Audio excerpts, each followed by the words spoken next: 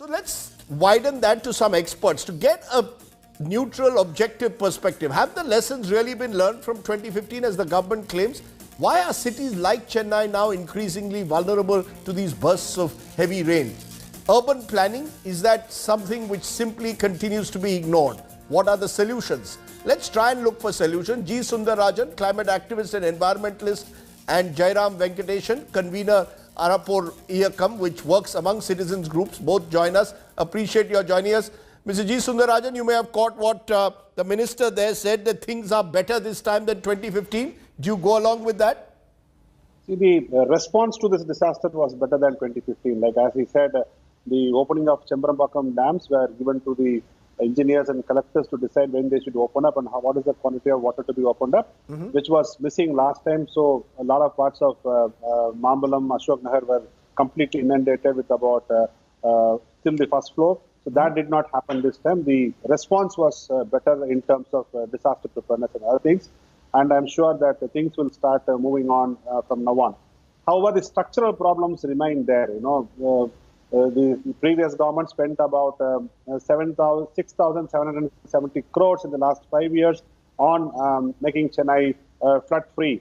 But unfortunately, we don't see that reflection on the ground. And many parts of Chennai, which were not inundated last year, it's inundated today. And also many parts which were inundated last year also inundated today, because of the poor recalibration of stormwater drains. Right. Unfortunately, Chennai, megapolis, metropolis, whatever you call, we don't have an elevation map of Chennai.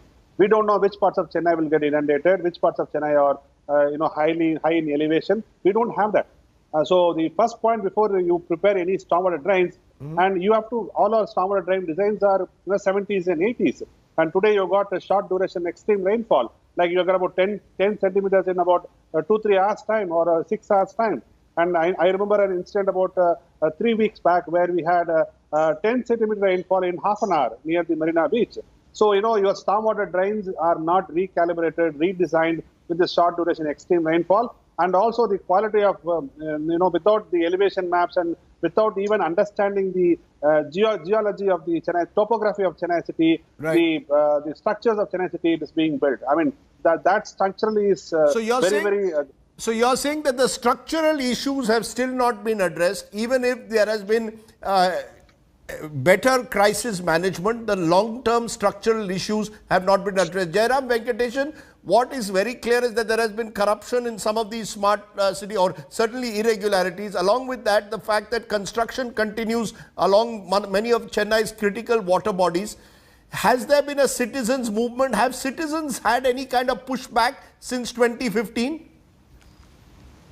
Yeah, since 2015, we have been, continuously engaging with the government as well as fighting against the corruption with respect to all these aspects. There are, the previous speakers already spoke about some of the structural issues. So I would like to point out to the other kind of issues that we have been facing continuously. Number one, as you pointed out, with respect to the construction within the water bodies, let us understand that both the Supreme Court as well as the High Court has said that it is illegal to reclassify a water body. The government doesn't have any authority to reclassify a water body for any other purposes. But even after 2015, we have been seeing reclassification of water bodies by the Chennai Metropolitan Development Authority, the Land Registration Department, the Land Revenue Departments, and so on. So as a result of it, in Soing and Allur, where we have been seeing the flooding and all that, there is a Semmancheri police station is being built right within the lake. We have moved the High Court. The IIT has given a report that, yes, this is an encroachment within the lake, and still the government is not ready to act. Now, remember that this reclassification happened in 2019, very much after 2015. Like that, a lot of reclassification has been happening. So, number two,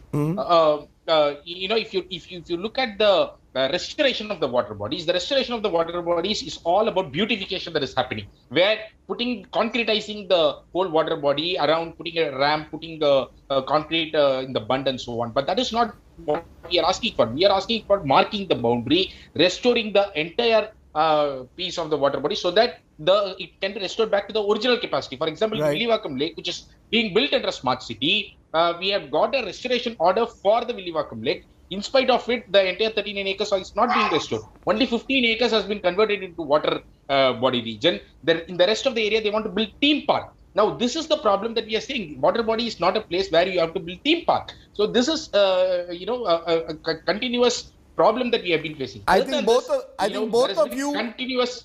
both of you are highlighting what really is the real problem. That while there are short-term emergency measures that are taken when the floods hit, and they may have improved in quality, the fact is that the long-term structural issues need to be addressed.